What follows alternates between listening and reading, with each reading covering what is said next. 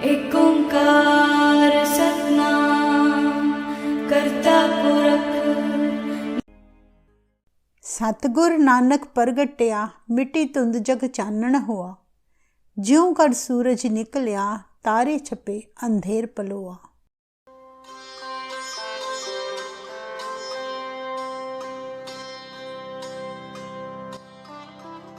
पाकिस्तान के जिला शेखुपुरा के गांव रायभोई की तलवंडी में एक अत्यंत सुंदर मनमोहक बालक का जन्म हुआ, जिसके चेहरे पर इतना रब्बी नूर था कि जो भी उसे देखता बस उसका श्रद्धालु ही बन जाता।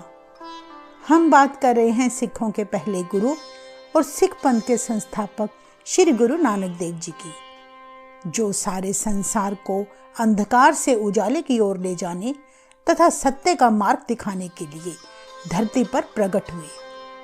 इसके साथ ही पापियों और पाखंडियों को धर्म का रास्ता दिखाकर एक निरंकार से जोड़ने के लिए आप जी ने सारा जीवन अर्पण कर दिया। गुरु नानक देव जी ने अंधकारमय युग में व्यर्थ के वहमों भ्रमों को समाप्त करके लोगों को धर्म का सही रास्ता दिखाया।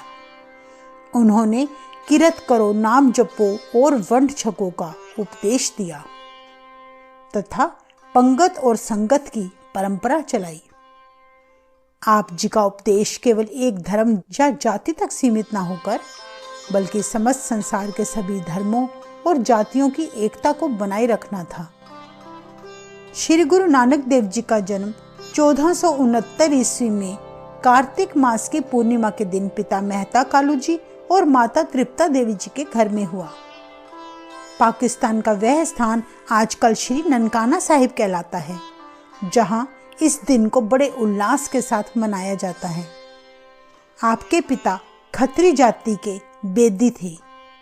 खेती बाड़ी के काम के साथ ही हाकिम राय बुलार के पास पटवारी का भी काम किया करते। गुरु नानक देव जी की एक बड़ी बहन बीबी नानकी थी, जो उम्र में आपसे 5 वर्ष बड़ी थी। वह अपने छोटे भाई को बहुत प्यार करती और देखभाल करती। कहते हैं आप जी के जन्म के समय पिता मेहता कालू जी ने पंडित हरदयाल को अपने बालक की जन्म पत्रिका बनवाने के लिए बुलाया। घर आकर पंडित ने दौलता दाई से बालक के जन्म का समय पूछा और बालक ने पहला शब्द क्या कहा था। दौलता दाई ने हैरानी से पंडित को बताया कि मेरे हाथों अनेक बालक जन्मे हैं, परंतु यह बालक अलौकिक है। इस बालक ने जन्म के समय ऐसे भाव प्रकट किए मानो कोई बुद्धिमान पुरुष पहली मुलाकात में हंसकर मिलता हो। मुझे इस बालक के जन्म पर हैरानी हो रही है। दाई से सारा विवरण लेकर पंडित ने कालू जी से कहा कि तुम्हारा बालक शुभ घड़ी में पैदा हुआ है, भविष्य में इसके सिर पर छत्र झूलेगा। पंडित ने जब बालक को देखा तो तुरंत उनके चरण छू लिए। बालक के बारे में अद्भुत बातें सुनकर माता पिता के आनंद की कोई सीमा न रही। हिंदू रीति के अनुसार 13 दिन हो जाने पर पंडित ने बालक को चोला पहनाया और नाम रखा नानक निरंकारी। पिता मेहता जी ने ऐसा नाम सुनते ही हैरानी से पंडित से कहा कि यह नाम तो हिंदू और मुसलमान दोनों का मिला जुला रूप है, नाम तो कोई और होना चाहिए था। तब पंडित ने कहा कि आपका पुत्र एक दिव्य ज्योति का अवतार है। ऐसा अवतार इस धरती पर आज तक नहीं हुआ। श्री राम जी, श्री कृष्ण जी आदि जितने भी अवतारी पुरुष धरती पर आए, उनको केवल हिंदू धर्म के लोग ही पूजते थे, जबकि आपके पुत्र नानक निरंकारी को भविष्य में हिंदू और मुसलमान दोनों ही पूजेंगे। इतने शब्द सुनते ही कालू जी की सारी शंका खत्म हो गई। बालक की जन्म पत्रिका बना लेने के बाद पंडित ने उसे पढ़ते हुए कहा, यह बालक ऐसे नक्षत्र में पैदा हुआ है जिसे मैं ईश्वर का अवतार कह सकता हूँ। यह संसार में सूर्य की भांति चमकेगा, सारा ब्रह्मांड इसकी स्तुति करेगा। यदि यह समुद्र में जाएगा तो समुद्र भी इस बालक के लिए रास्ता छोड़ देंगे। यह अद्वितीय होगा, जिसके जैसा और कोई नहीं। यह केवल एक पूर्ण ब्रह्म की पूजा व सिमरन का प्रचार करेगा। एक पूर्ण धर्मात्मा और ज्ञान वैराग्य का अद्वितीय ज्ञाता होगा। एक परमात्मा के अलावा किसी की पूजा नहीं करेगा। यह पूर्ण अवतार है, अर्थात सभी कलाओं में संपूर्ण। सभी देवी देवता, भूत प्रेत और पैगंबर, ऋषि मुनि इसकी आज्ञा मानेंगे। यह जगत निर्माता खुद अवतार धारण करके संसार के कल्याण हेतु प्रकट हुआ है।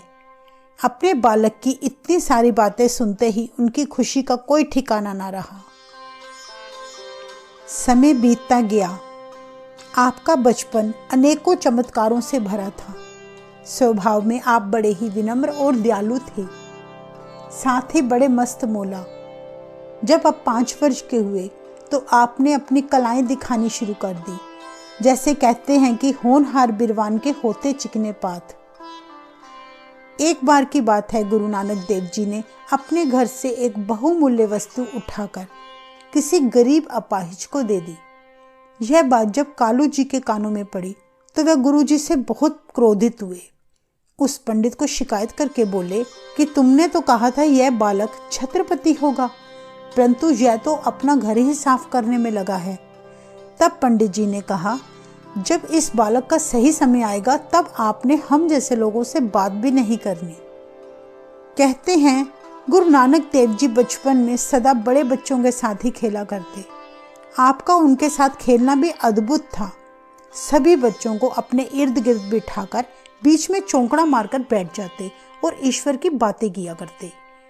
यहाँ पर गौर करने वाली बात है कि 5 वर्ष का बालक ना समझ होता है, उसको तो अपनी भी समझ नहीं होती, जबकि आप जी अपने से बड़े बच्चों को ईश्वरीय बातें सुनाते। आपने तो किसी से ज्ञान भी प्राप्त नहीं किया, ना ही कोई गुरु धारण किया, फिर भी इतना ज्ञानी होना आपको अवतारी और अद्भुत बनाता है। गुरु जी की साखी में दर्ज है कि 7 वर्ष के होने पर आपको पंडित गोपालदास के पास विद्या हासिल करने के लिए गुरुकुल भेज दिया गया। आपका मन सांसारिक पढ़ाई में नहीं लगता था, आप केवल ईश्वरीय विद्या ही पढ़ना चाहते थे। पंडित ने गुरु जी को पट्टी पर पंजाबी भाषा का पहला अक्षर ऊड़ा लिखने को कहा तो गुरु जी ने पंडित से कहा कि इस सांसारिक विद्या को छोड़कर ईश्वरीय विद्या पढ़ाएं। इस पर पंडित हैरान होकर कहने लगा कि हमें तो सांसारिक पढ़ाई ही आती है, आप बताएं कि ईश्वरीय विद्या से हमें क्या लाभ होगा। गुरु जी ने बताया कि सांसारिक विद्या केवल बंधन पैदा करती है, जबकि ईश्वरीय विद्या सांसारिक बंधनों से मुक्त करती है। इसे पढ़ने से लोक परलोक दोनों ही संवर जाते हैं। अंत में जीवात्मा जब संसार त्याग कर परलोक जाएगी, यही विद्या उसके काम आएगी। गुरु जी ने तब पंडित को ऊड़ा का सही अर्थ समझाने के लिए एक श्लोक का उच्चारण किया। ऊड़े उपमा तांकी कीजय, जाका अंत ना पाया, सेवा करे से ही फल पावे, जिन्नी सच कमाया। अर्थात ऊड़ा का अर्थ ओंकार यानी ईश्वर है। ईश्वर की पैदा की हुई सृष्टि का अंत नहीं देखा जा सकता। ऊड़ा कहता है कि एक निरंकार की सच्चे मन से भक्ति करने वाले सदा ही प्रसन्न रहते हैं। इस प्रकार गुरुजी ने पंडित को गुरमुखी के सभी अक्षरों का ईश्वरीय अर्थ समझाया, जिसे सुनकर पंडित बहुत प्रभावित हुआ और गुरु नानक देव जी को सम्मान सहित गुरुकुल से घर छोड़ने आया और कालू जी से कहा कि तुम्हारा पुत्र तो इतना विद्वान है जिसके प्रश्नों के उत्तर हमारे पास भी नहीं है। इस कलयुग में चारों वेदों की विद्या अलोप हो रही है। आपका पुत्र इस अलोप हो रही विद्या को प्रकट करने और लोगों को भक्ति के साथ जोड़ने के लिए धरती पर आया है। कहते हैं 9 वर्ष की आयु होने पर हिंदू रीति के अनुसार आपको जनेऊ धारण करना अनिवार्य था।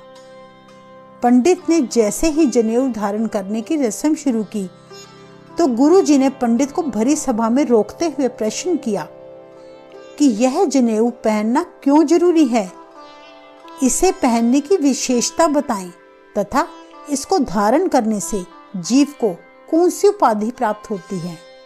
पंडित ने कहा, जनेऊ धारण ना करने से जीव अपवित्र रहता है, इस पर गुरुजी ने स्पष्ट किया कि जब तक अंतर आत्मा ही पवित्र ना हो तो बाहर के किए गए दिखावे से उस मनुष्य का क्या सुधार होगा।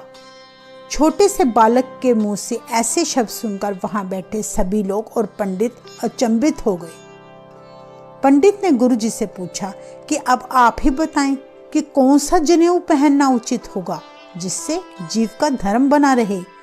गुरुजी बोले, दया कपाह संतोख सूत जत गंडी सतवट एहो जनेऊ जी का हईता पांडे कत ना ए टुटे ना मल लगे ना ए जले न जाए तनसु मान स्नान का जोगल चल पाए।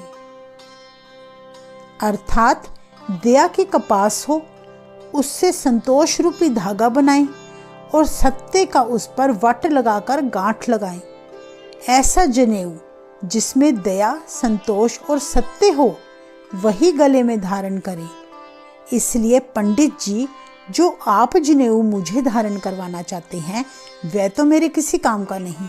आपका जनेऊ आग में जल जाएगा, मैला हो जाएगा, टूट जाएगा, परंतु दया, संतोष और सत्य द्वारा बनाया गया जनेऊ ना कभी जलता है, ना टूटता है, ना मैला होता है। अगर ऐसा जनेऊ आपके पास है तो वह पहनाओ, वरना मैं पहनने को तैयार नहीं। गुरु जी के जीवन में कई चमत्कार हुए हैं। हम कुछ कुछ घटनाओं को आपके सामने पेश कर रहे हैं। जैसे कहा जाता है, एक बार गुरु नानक देव जी को उनके पिता ने कहा कि तुम सारा दिन मस्ती में बैठे रहते हो, इससे अच्छा है कि कोई व्यापार करो। गुरु जी को 20 रुपए देकर कहा, जाओ और सत्य का व्यापार करके आना जिसमें लाभ हो। तथा गुरु जी ने कहा, पिताजी अब आप देखेंगे मेरा व्यापार कैसा उत्तम है। आप जी भाई बालाजी के साथ ईश्वर का गुणगान करते चले जा रहे थे। कुछ कोस दूर जाकर आपने साधुओं की मंडली देखी, जिन्हें देखते ही आप जी ने भाई बालाजी से कहा, मुझे तो यहाँ खरा सौदा नजर आ रहा है। पिताजी की आज्ञा भी अच्छे व्यापार करने की है, फिर तो इससे उत्तम और खरा व्यापार नहीं है। भाई बालाजी गुरुजी से बोले, कालू जी का स्वभाव तो आपको पता ही है और मैं तो आपका दास हूँ, इसलिए आप जो कहेंगे मैं वही करूँगा। गुरुजी ने उन 20 रुपयों से 7 दिन के भूखे साधुओं को भोजन कराया और घर लौट आए। जब आपके पिताजी को सारी खबर पता चली तो उन्होंने आप जी को बहुत गुस्सा किया।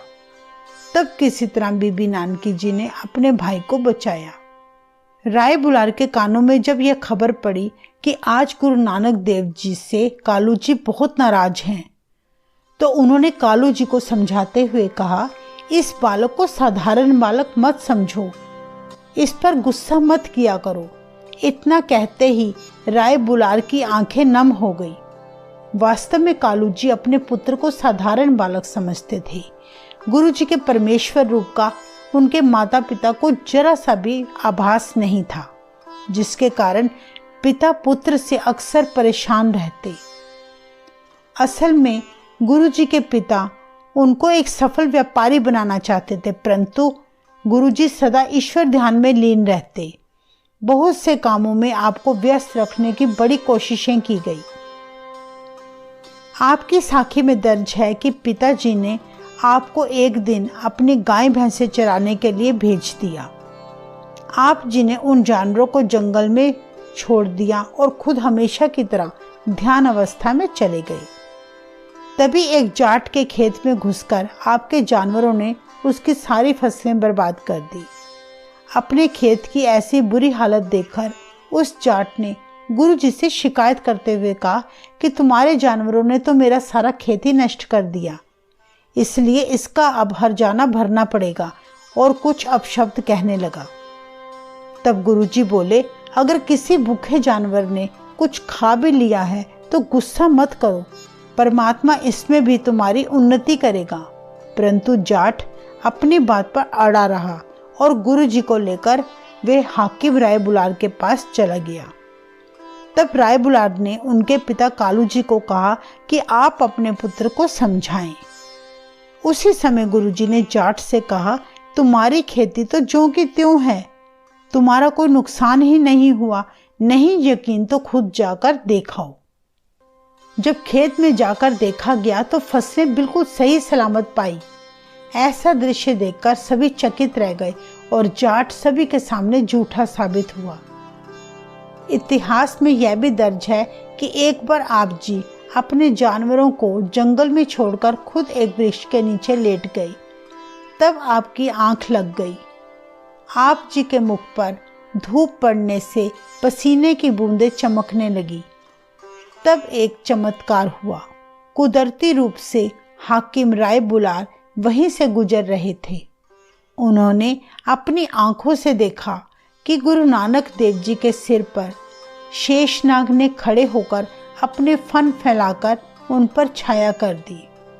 यह सारा प्रसंग उसने कालू जी को सुनाया और हिदायत देते हुए कहा, कभी भी इस बालक पर क्रोध मत करना। आपका बालक एक महान शख्सियत का स्वामी है और एक दिव्य रूप है तथा संसार के जीवों के माया रूपी बंधन तोड़ने के लिए ही तुम्हारे घर जन्म लिया है। सन 1475 ईस्वी में आप जी की बहन बीबी नानकी जी का विवाह सुल्तानपुर के निवासी जयराम जी से किया गया। कुछ समय बाद पिता कालू जी के बुलाने पर बीबी नानकी जी अपने पति जयराम जी के साथ जब अपने मायके आईं तो राय बुलार ने जयराम जी से कहा कि तुम अपने साले यानी गुरु जी को अपने साथ सुल्तानपुर ले जाएं, क्योंकि कालू जी अपने पुत्र को हमेशा डांटते रहते हैं और यह उनसे देखा नहीं जाता। कहते हैं कुछ समय बाद कालू जी और माता जी ने अपने पुत्र को सुल्तानपुर भेज दिया। उन्हें उम्मीद थी कि शायद अपनी बहन के घर जाकर उनका बेटा किसी काम में व्यस्त हो जाए। गुरुजी बीबी नानकी जी के घर ही रहने लगे और जीजा जयराम जी ने जहाँ वे खुद नौकरी करते थे उसी मोदी खाने में गुरु नानक देव जी को नवाब दौलत खान के पास नौकरी दिलवा दी। वहाँ गुरुजी आय व्यय का हिसाब देखा करते और सौदा तोला करते। अगर कोई जरूरतमंद मांगने आता तो कभी उसे खाली हाथ ना भेजते। पिता कालू जी यह जानकर संतुष्ट हो गए कि अब उनका पुत्र काम में व्यस्त हो गया है। मोदी खाने का मालिक नवाब दौलत खान अगर गुरु जी को 5 सेर अनाज तोलने के लिए कहता तो गुरु जी 5.25 सेर देकर भेजते। इस तरह आप जी जरूरतमंदों को अनाज देकर झोलियां भरते। भिखारी और गरीब लोग मोदी खाने के आसपास ही भीड़ लगाकर खड़े रहते। कहते हैं जिन पत्थरों से आप 13-13 कहकर अनाज तोलते थे वह पावन पत्थर आज भी सुल्तानपुर के मोदी खाने में मौजूद हैं, जहां पर गुरुद्वारा श्री हट साहिब स्थित है। गुरु जी 13-13 प्रभु को संबोधित करते हुए अनाज तोला करते थे। कहते हैं कुछ नीच आचरण के लोगों ने जयराम जी से चुगली करते हुए कहा, तुम्हारा साला सारा मोदी खाना गरीबों में लुटा रहा है, जो कल को तुम्हारी बेइज्जती का कारण भी बन सकता है। तब जयराम जी ने परेशान होकर सारी बात अपनी पत्नी बीबी नानकी जी को बताई तो वे मुस्कुराते हुए अपने पति को कहने लगी कि जैसे उस परमात्मा का ज्ञान सबसे पहले इंद्र देवता को हुआ था और फिर सारे संसार में ईश्वरीय ज्ञान फैला, ठीक उसी तरह श्री गुरु नानक देव जी महाराज का परिचय सबसे पहले मुझे प्राप्त हुआ। इसलिए हे स्वामी, आप व्यर्थ की चिंता ना करें और आप मेरे भाई को साधारण मनुष्य समझने की भूल ना करें। वे तो साक्षात ब्रह्म ज्योति हैं, जो संसार के कल्याण के लिए ही प्रकट हुए हैं, जिनकी लक्ष्मी दासी है, यह मैं सत्य कहती हूँ। इतना कहकर वे चुप हो गई। बीबी नानकी जी ने अपने भाई श्री गुरु नानक देव जी को अपने घर पर बुलाया। जब उन्होंने सुना कि उनके भाई आ रहे हैं तो वे उनका स्वागत करने के लिए द्वार पर खड़ी हो गई। अपने भाई श्री गुरु नानक देव जी को बड़े सम्मान से आसन पर बिठाया। तब गुरुजी ने पूछा कि आपने मुझे क्यों बुलाया है? तो वे बोली, आपके दर्शन करना चाहती थी। इस पर उन्होंने कहा, मुझे पता है आप मुझसे मोदी खाने की आय व्यय पूछना चाहते हो, क्योंकि मैं जानता हूँ किसी ने मेरी शिकायत नवाब से की है और नवाब के साथ मेरा हिसाब किताब हो चुका है, बल्कि नवाब ने मुझे 137 रुपये देने हैं। गुरुजी कहने लगे कि अब वे मोदी खाने का काम छोड़ रहे हैं और आपसे भी बहन हम जुदा हो रहे हैं। यह हमारी और तुम्हारी आखिरी मुलाकात है। इतना सुनते ही बीबी नानकी जी रोने लगी और जयराम जी ने तब कहा कि मैं भ्रम में था, परंतु आज मैंने आपके सत्य रूप को जान लिया है, इसलिए आप हमें क्षमा करें। भाई बालाजी ने गुरुजी के आगे विनती की कि वे उनसे नाराज ना हों और कहीं ना जाएं। कहते हैं तब गुरुजी ने भाई बालाजी की बात स्वीकार कर ली और वे वहीं रुक गए। इतिहास में दर्ज है कि जादव राव नाम का व्यक्ति मोदी खाने में ही काम करता था। वह गुरुजी से बिना कारण वैर रखता था। वह मन ही मन सोचा करता, गुरुजी रिश्वत के रूप में एक पैसा भी उसे नहीं देते, बल्कि दूसरी तरफ गरीबों व मांगने वालों को दान देते रहते थे। इस कारण उसने नवाब दौलत खान से चुगली करते हुए कहा कि श्री गुरु नानक देव जी मोदी खाना गरीबों में लुटा रहे हैं। मालिक के कहे अनुसार जादव राव ने गुरु जी के हिसाब का 5 दिन तक निरीक्षण किया, किंतु हिसाब में कोई गड़बड़ ना निकली, बल्कि मोदी खाने के मालिक को गुरु जी को 321 रुपये देने बाकी थे। जब जादव राव ने मालिक को बताया कि गुरु जी के हिसाब में कोई गड़बड़ नहीं है, तो उसने गुरु जी को सम्मान सहित 321 रुपये के साथ 300 रुपये और दिए। इस बात की खबर जब बीबी नानकी जी के कानों में पड़ी तो वे अपने भाई के प्रशंसा सुनकर अत्यंत खुश हुई। कहते हैं गुरु जी की आयु 16 वर्ष होने पर पटवारी मूले की पुत्री सुलखनी देवी जी के साथ बटाला में गुरु जी का विवाह हो गया। कुछ समय बाद आपके घर में 2 पुत्रों ने जन्म लिया, बाबा श्रीचंद और बाबा लक्ष्मीदास जी। विवाह के बाद आप जी कई वर्ष सुल्तानपुर में ही रहे। कहते हैं गुरुजी सारा दिन मोदी खाने का कामकाज देखते और रात्रि के आखिरी पहर होते ही काली बेई नदी में स्नान करके बेरी के पेड़ के नीचे ईश्वर ध्यान में लीन हो जाते। यही दिनचर्या थी आपकी। आजकल सुल्तानपुर का वही स्थान गुरुद्वारा श्री बेर साहिब कहलाता है। बड़ी महानता है उस गुरु घर की, जहाँ जाकर माथा टेककर संगत को अपने सतगुरु की अनुभूति होती है। कहते हैं गुरु नानक देव जी ने रोज की तरह काली बेई नदी में स्नान करने के लिए एक दिन डुबकी लगाई, तो देखते ही देखते वे अलोप हो गए। यह खबर पूरे शहर में फैल गई। जब आप बाहर ना निकले तो सभी ने यह मान लिया कि गुरुजी नदी में डूब गए हैं, परंतु आपकी बहन का विश्वास अटल था। वह जानती थी कि उसका भाई सुरक्षित है। तब वहां एक चमत्कार हुआ। गुरुजी नदी से तीसरे दिन बाहर निकल आए और मूल मंत्र का उच्चारण करने लगे। सुल्तानपुर वासी आप जी को सही सलामत देखकर हैरान हो गए कि कोई साधारण मनुष्य तो जल में 3 दिन रहकर जीवित नहीं बाहर आ सकता। इतिहास में उल्लेख किया गया है कि आप जी ने जपजी साहिब की रचना सुल्तानपुर के बेरी के पेड़ के नीचे ही बैठकर की थी। इस घटना के बाद गुरु जी को गृहस्थ के प्रति परम वैराग्य हो गया था। गुरु जी ने बीबी नानकी जी को कहा, बहन अब हम जा रहे हैं। तब वे बोली, अब मैं आपके दर्शन कैसे करूंगी? तो गुरुजी ने कहा, जिस समय तुम हमें याद करोगे हम उसी क्षण हाजिर हो जाएंगे। अपने माता पिताजी को आप जी ने बताया कि निरंकार ने उन्हें धरती पर सारे मनुष्यों को एक परमात्मा से जोड़ने के लिए और सभी धर्मों के लोगों को एक सूत्र में बांधने के लिए ही भेजा है। इसलिए देश विदेश जाकर सभी मनुष्यों के कल्याण के लिए और ईश्वर का संदेश जन जन तक पहुंचाना है। उन सभी को मेरी बहुत जरूरत है। तब आप जी ने अपने माता पिताजी की आज्ञा लेकर भाई मर्दाना जी को अपने साथ लिया और संतों वाला वेश धारण करके चल पड़े यात्राएं करने। सबसे पहली आपकी उदासी यानी यात्रा भाई लालो जी के घर से आरंभ हुई थी। जैसे कहते हैं कि युगों युगों से प्रभु अपने भक्तों के वश होते आए हैं। गुरुजी दिलों की जानने वाले थे। उन्हें पता था कि भाई लालो जिसके साथ पिछले युगों से रिश्ता है, जब उसने प्रेम से गुरुजी को याद किया तो गुरुजी उसी के घर भाई मर्दाना जी के साथ हाजिर हो गए। बड़े प्रेम और सम्मान के साथ भाई लालो ने आप जी का सत्कार किया। कहते हैं आप जी अपने भक्त के प्रेम में वशीभूत होकर 1 महीना उसके घर ठहरे थे। उसी समय के दौरान मलिक भागो जो उसी शहर में रहता था, उसने अपने घर ब्रह्मभोज का आयोजन किया। सभी हिंदू ब्राह्मणों को उसने निमंत्रण भेजा।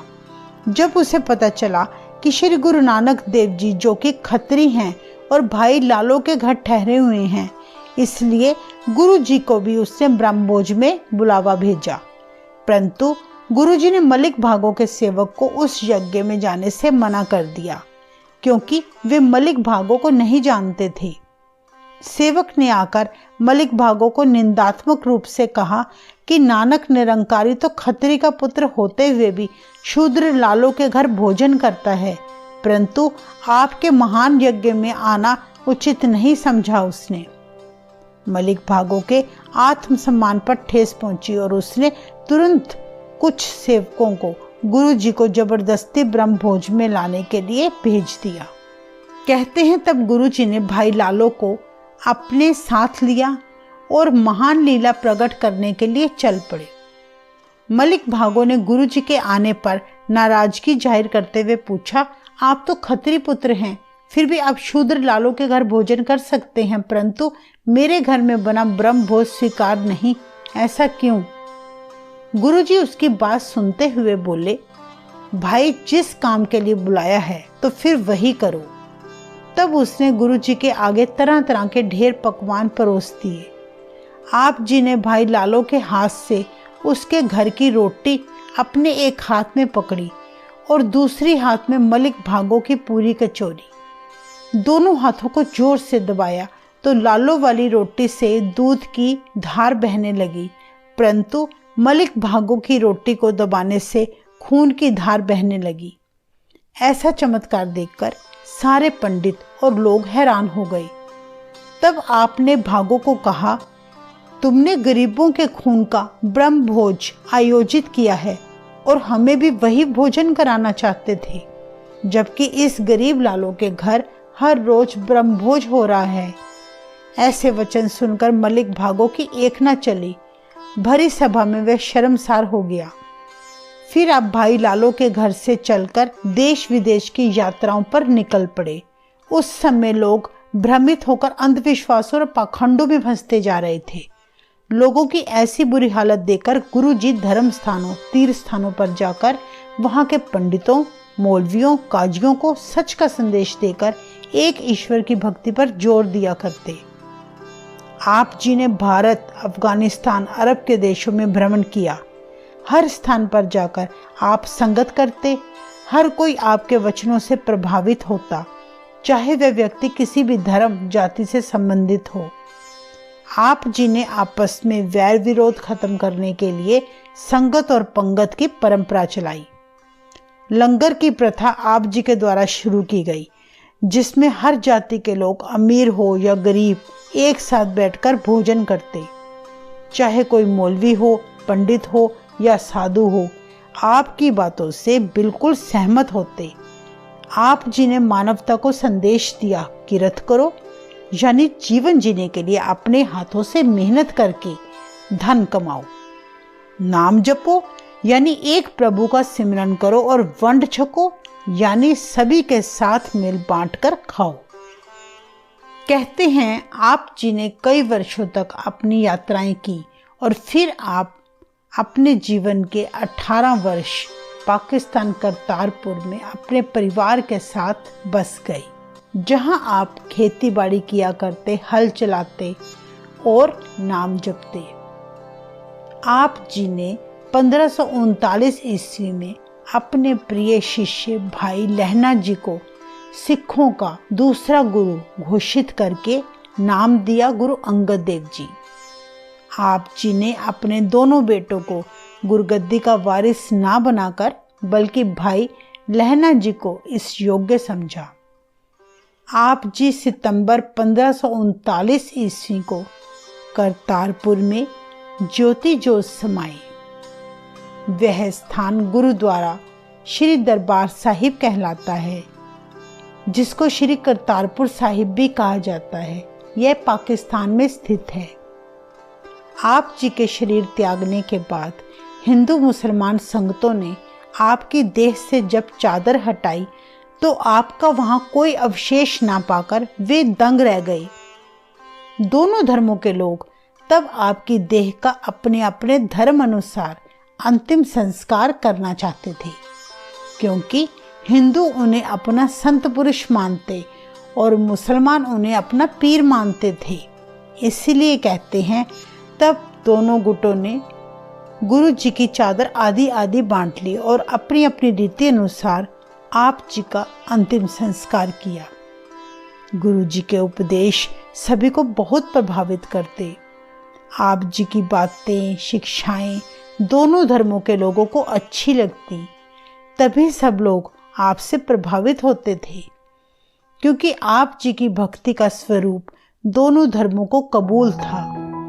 ऐसे थे श्री गुरु नानक देव जी। नानक नाम चढ़ती कला तेरे पाने सरबत दा भला। वाहे गुरु जी का खालसा, वाहे गुरु जी की फतेह।